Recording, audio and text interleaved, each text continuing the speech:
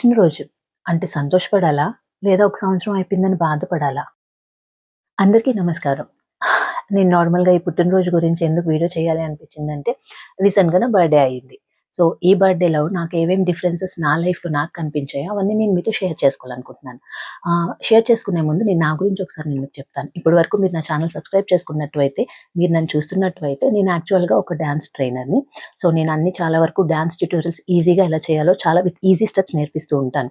అది నా channel main కానీ మీకందరికీ తెలియని విషయం ఏంటంటే నేను ఒక మైండ్‌ఫుల్‌నెస్ కోచ్‌ని కూడా. సో, నేను మైండ్‌ఫుల్‌నెస్ కోచ్‌ని కొన్ని మైండ్‌ఫుల్ ప్రాక్టీసెస్ అన్నీ కూడా నేను మీతో షేర్ చేసుకోవాలి అనుకుంటున్నాను. సో, అందులో ఫస్ట్ నా బర్త్‌డే నుంచి స్టార్ట్ చేస్తున్నాను. అసలు ఒక బర్త్‌డేని మనం అందరం ఎలా చూస్తున్నాం? హ్మ్. బేసిక్‌లీ ఇప్పటి వరకు నేనెలా చూసాను అండ్ ఇప్పటి నుంచి నేనెలా చూస్తున్నాను. సో, నాలో వచ్చిన మార్పు నాలో ఎందుకు ఇంత మార్పొచ్చింది అంటే నేను కొన్ని మైండ్‌ఫుల్ ప్రాక్టీసెస్ యూజ్ చేస్తున్నాను కాబట్టి. సో, అవి కూడా నేను మీతో షేర్ చేసుకుంటున్నాను. సో, ఎవరికైనా యూజ్ అవుతాయి అనుకుంటే you can use that. Okay. Actually 90స్‌లో మన పుట్టినరోజులు ఎలా ఉన్నాయో మీకు గుర్తున్నాయా? నాకైతే ఇప్పటికి గుర్తే. చిన్నప్పుడు ఒక డ్రెస్ వేసుకోవడం, పొద్దున్నే గుడికి వెళ్ళడం, ఇంట్లో పెద్దవాళ్ళ దగ్గర ఆశీర్వాదం తీసుకోవడం, స్కూల్‌లో చాక్లెట్‌లు పంచడం. ఇంట్లో అమ్మ ఏమన్నా నాకు తెలిసి మా అమ్మ ఏం స్పెషల్స్ చేసేది అంటే నాకు స్వీట్ పెద్దగా ఇష్టం ఉండేది కాదు. సో, నేను ఎప్పుడు బిర్యానీ అడిగేదాన్ని, బిర్యానీ చేసేది. నాకు అంతవరకే గుర్తు. కానీ ఇప్పుడులాగా ఫోటో షూట్‌లు లేవు, డెకరేషన్స్ లేవు, రీల్స్ లేవు, కౌంట్‌డౌన్ స్టోరీస్ లేవు. ఆ రోజుల్లో ఆనందం మాత్రం చాలా ఎక్కువగా ఉండేది కంపేర్ టు ఈ రోజుల్లో. ఎందుకంటే ఆ రోజుల్లో మనం వయసు పెరగాలని ఎదురు చూసేవాళ్ళం. కానీ ఈ రోజుల్లో వయసు పెరిగిపోతుంది అని భయపడిపోతున్నాము. నా చిన్నప్పుడు అనుభవం మీతో షేర్ చేసుకుంటాను. సో, ఆ టైంలో నాకు ఏ గిఫ్ట్స్ వచ్చేవి కాదు. కానీ నేనెప్పుడు కూడా ఎవరైనా నాకేదైనా గిఫ్ట్ ఇస్తారా అని చెప్పి చాలా ఈగర్‌గా వెయిట్ చేస్తూ ఉండేదాన్ని. కానీ ఎప్పుడు ఎవరు ఏ గిఫ్ట్ ఇవ్వలేదు నాకు. ఆహ్, తర్వాత పెళ్ళయ్యాక మా హస్బెండ్ నాకు గిఫ్ట్స్ ఇచ్చారు. గిఫ్ట్స్ అంటే ఏంటి నార్మల్‌గా పెళ్ళయ్యాక ఏమిస్తారు కొత్తలో చీరలు కొనడం అవి. బట్ నాకు పెద్దగా చీరలు వాటి మీద ఇంట్రెస్ట్ ఉండేది కాదు. నాకేంటంటే ఆయన నాతో కొంచెం సమయం గడిపితే బావుండు. నా డేని సంథింగ్ స్పెషల్‌గా చేయాలి. కంప్లీట్‌లీ నా డే నేనొక్కదాన్ని. నేను ఆయన తప్ప ఎవరు ఉండకూడదని అనుకునేదాన్ని. కానీ ఆయన కొంచెం వర్క్ మైండెడ్. సో, ఎంతసేపు వర్క్ దాని తర్వాతే ఫ్యామిలీ అనుకునే టైప్. సో, అది నేను తప్పనను. ఎందుకంటే ఆయన పెరిగిన కల్చర్ బట్టి ఆయనకి ఫస్ట్ వర్క్ ప్రాధాన్యత, తర్వాత ఫ్యామిలీ. అంటే వర్క్ టైమ్ అంతా వర్క్ చేయాలి. మిగిలిన టైం ఫ్యామిలీకివ్వాలి. సో, వాళ్ళది నేను తప్పని ఎప్పుడు అనను. కాకపోతే ఏంటి అంటే ఆ ఎక్స్‌పెక్టేషన్స్ నా కోసం ఆయన ఏదో చేయాలి, ఏదో చేయాలి, నన్ను సర్ప్రైజ్ చేయాలి, నన్ను ఇలా చేయాలి, అలా చేయాలి. ఆ ఎక్స్‌పెక్టేషన్స్ నుంచి నాకు బయటికి రావడానికి కొంచెం టైమే పట్టింది. సో, బర్త్‌డే రోజు నేను ఎక్స్‌పెక్టేషన్స్ అనేవి కంప్లీట్‌లీ మానేశాను. చాలా మందిలో నేను చూసాను. మా ఆయన నాకు విష్ చేయలేదు, మా ఆయనకు గుర్తులేదు, లేదా నా బెస్ట్ ఫ్రెండ్ నాకు ఫోన్ చేయలేదు, నా బెస్ట్ ఫ్రెండ్ నాతో కాల్ చేసి మాట్లాడతానన్నారు, మాట్లాడలేదు. ఇలా చాలా మంది ఫీల్ అవుతుంటారు. బట్ అన్నిటికి నేను ఎక్సైట్ అయిపోవట్లేదు, అలాగని డిప్రెస్ కూడా అయిపోవట్లేదు. ఐయామ్ ఎట్ ఏదైనా సరే ఇట్స్ ఓకే అనే ఒక యాక్సెప్టెన్స్‌కి తీసుకోవడం నేర్చుకున్నాను. సీరియస్లీ చెప్తున్నాను. ఈసారైతే నేను ఏ ఎక్స్‌పెక్టేషన్స్ తోటి లేను. ఎవరు కాల్ చేసినా, కాల్ చేయకపోయినా everything is okay for me. ఎవరు నన్ను గుర్తుపెట్టుకున్నా, గుర్తుపెట్టుకోకపోయినా everything is okay. At the end of the day నాకు నేను నచ్చాలి. నాకు నేను నచ్చే పనులు ఈరోజు చేయగలుగుతున్నానా లేదా? నాకు కావాల్సిన పనులన్నీ నేను చేయాలి అనుకుంటున్నాను. అవన్నీ నేను చేసేసాను. So, at the end of the day I'm completely satisfied with my self. So, నేను అది అంతవరకే చూసుకుంటున్నాను. ఈ పుట్టినరోజు సందర్భంగా నా మనసులో కొన్ని ఆలోచనలు వచ్చాయి. అవన్నీ కూడా ఆల్‌మోస్ట్ నేను ఈ మైండ్‌ఫుల్‌నెస్ ప్రాక్టీసెస్ స్టార్ట్ చేశాకనే వచ్చాయి. సో, అవన్నీ నేను మీతో షేర్ చేసుకుందామని ఈ వీడియో స్టార్ట్ చేశాను. ఈసారి నా పుట్టినరోజుకి నేనెక్కడికి వెళ్ళలేదు. మా దగ్గరలో ఉన్న గుడికి వెళ్ళాను. కొంతసేపు అక్కడే ప్రశాంతంగా కూర్చున్నాను. గాలి ఎలా వీస్తుందో చూశాను. పక్షుల శబ్దం విన్నాను. చెట్ల మీద ఆకులు ఎలా ఊగుతున్నాయో చూస్తున్నాను.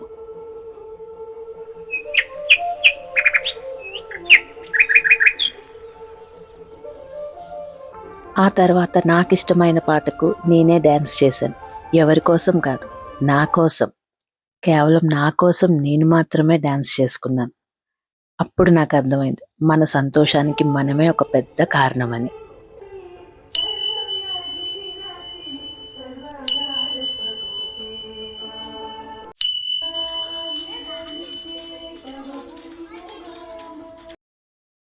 పుట్టినరోజు అంటే నా ఉద్దేశంలో ఓన్లీ జస్ట్ కేక్ కట్ చేయడమే కాదు. ఒకసారి మనం వెనక్కి తిరిగి మన జీవితంలో మనం అనుభవించిన అనుభవాలన్నీ కూడా ఒకసారి చూసుకునే రోజని నేను అనుకుంటాను. యాక్చువల్‌గా 10 ఇయర్స్ అప్పుడు పుట్టినరోజు దేనికోసం వెయిట్ చేస్తాం? 10 ఇయర్స్ వరకు చాక్లెట్స్ ఎన్నొస్తాయి? చాక్లెట్స్ ఎలా ఇవ్వాలి? కేక్ ఎలా కట్ చేయాలి? దీనికోసం ఆలోచిస్తాం.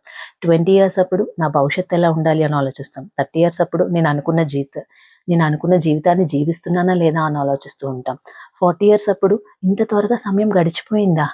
అయ్యో! నాకు తెలియనే లేదే అని అనుకుంటాం. 50 ఇయర్స్ అప్పుడు ఇప్పుడు నిజంగా నాకు ముఖ్యమైనవి ఏంటి అని ఆలోచించడం మొదలుపెడతాం. ఇప్పుడు నా మనసులో కూడా చాలా మిక్స్డ్ ఫీలింగ్స్ ఉన్నాయి. ఒకవైపు చాలా సంతోషంగా ఉంది. ఎందుకంటే నేను చాలా ఫిట్‌గా ఉన్నాను. చాలా హెల్తీగా ఉన్నాను. అండ్ నేను అనుకున్న కలలు చేరుకోగలుగుతున్నాను. నేను వాటి వైపు అడుగులు వేయగలుగుతున్నాను. అండ్ ఇంకొకటి గిఫ్ట్స్ గురించొచ్చేటప్పుడు చిన్నప్పుడు నాకెవ్వరు ఏ గిఫ్ట్స్ ఇవ్వలేదు. సో, అదొకటి నా మైండ్‌లో అంటే అది నా సబ్‌కాన్షియస్‌లో చాలా డీప్‌గా ఉండిపోయింది. నాకు బర్త్‌డేకి ఎవరు ఏ గిఫ్ట్స్ ఇవ్వరు. ఎందుకంటే maybe I'm not that important అన్న ఫీలింగ్‌లోకెళ్ళిపోయాను నేను. సో, అందుకని నాకు తెలిసి పిల్లలు ఎవ్వరి బర్త్‌డేస్ అయినా మాక్సిమం పిల్లలకి నేనెక్కువ గిఫ్ట్స్ ఇస్తానండి చెప్పకపోవడమే. ఎవ్వరి బర్త్‌డే అయినా నేను కంపల్సరీ వాళ్ళకి ఏదో గిఫ్ట్ ఇస్తాను. ఇవ్వకుండా మాత్రం ఉండను. ఎందుకంటే నేను ఎంత బాధ ఫీల్ అయ్యానో వాళ్ళలా వాళ్ళకి అంటే ఆహ్, ఇవ్వలేదు అనే ఆ ఫీలింగ్ అయితే రాకూడదు. అట్‌లీస్ట్ ఒక్క గిఫ్ట్ వచ్చిన వాళ్ళ ఫేసెస్‌లో ఆ సర్ప్రైజ్ చూడడం నాకు చాలా ఇష్టం. సో, నేను పిల్లలకైతే మాక్సిమం గిఫ్ట్స్ ఇస్తాను. ఇంకో విషయం ఏంటంటే, ఈ మధ్యన పుట్టినరోజు దగ్గర పడుతుంటే సంతోషం కంటే ఆలోచనలు బాగా ఎక్కువైపోతున్నాయి. ఎందుకంటే, నా వయసు ఇంకొక సంవత్సరం పెరిగిపోతుంది. నా క్లాస్‌మేట్స్ అంతా సెటిల్ అయిపోయారు. వాళ్ళు విదేశాల్లో ఉన్నారు. నేను ఇక్కడే ఉండిపోయాను. ఇలాంటి కంపారిజన్ మోడ్‌లోకి ఎక్కువ వెళ్ళిపోతున్నాం. సైకాలజిస్ట్ దీన్ని బర్త్‌డే బ్లూస్ అని అంటారంట.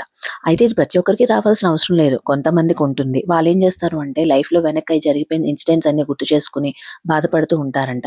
అలా కాకుండా మనం పాజిటివ్ యాటిట్యూడ్‌తో ఉండి, మన ముందు ఇంకా మంచి భవిష్యత్తు ఉంది. మనం ఇంకా మంచి పనులు చాలా చేయాలి అని ఆలోచించుకుంటూ ఉంటే, మన బర్త్‌డేస్ కూడా చాలా బెటర్‌గా కనిపిస్తూ ఉంటాయి మనకి. అండ్ అట్ ఫైనల్ ఈ పుట్టినరోజు నాకొక మంచి విషయం నేర్పించింది. పుట్టినరోజు అంటే వయసు పెరిగిందని బాధపడే రోజు కాదు. జీవితం ఇంకో సంవత్సరం మనకిచ్చిందని కృతజ్ఞత చెప్పే రోజు. ఈ సంవత్సరం నేనేం కోల్పోయానని కాకుండా, ఈ సంవత్సరం నేను ఏం నేర్చుకున్నాను, ఇంకా ఏం నేర్చుకోవాలి అంటే మన ఆలోచన తీరు చాలా మారిపోతుంది.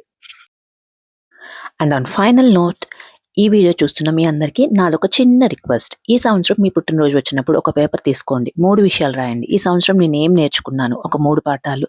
నేను ఎవరికైనా కృతజ్ఞత చెప్పాలనుకుంటున్నాను. ఒక ముగ్గురు వ్యక్తులకి. వచ్చే సంవత్సరం నేను మార్చుకోవాలనుకునే ఒక్క అలవాటు. అలా అనుకుంటే మీ పుట్టినరోజు ఒక సెలబ్రేషన్ మాత్రమే కాదు. ఒక కొత్త ప్రారంభం అవుతుంది. జీవితంలో మనం అందరం మన కోసం కొంచెం సమయాన్ని కేటాయించుకోవడం స్టార్ట్ చేద్దాం. అదే మన పుట్టినరోజుకి మనం ఇచ్చుకునే పెద్ద బహుమతి అవుతుంది. మనకి వేరే వాళ్ళు గిఫ్ట్స్ ఇవ్వడం కాదు. మనకు మనమే ఒక పెద్ద గిఫ్ట్ అని తెలుసుకోవడమే పుట్టినరోజు యొక్క ముఖ్య ఉద్దేశం అని నేను అనుకుంటాను. మీలో ఎంతమంది ఇలా అనుకుంటున్నారో కిందన కామెంట్ చేయండి. ఈ వీడియో కనుక మీకు నచ్చినట్టయితే లైక్ చేయండి, షేర్ చేయండి, సబ్స్క్రైబ్ చేయండి. Thank you.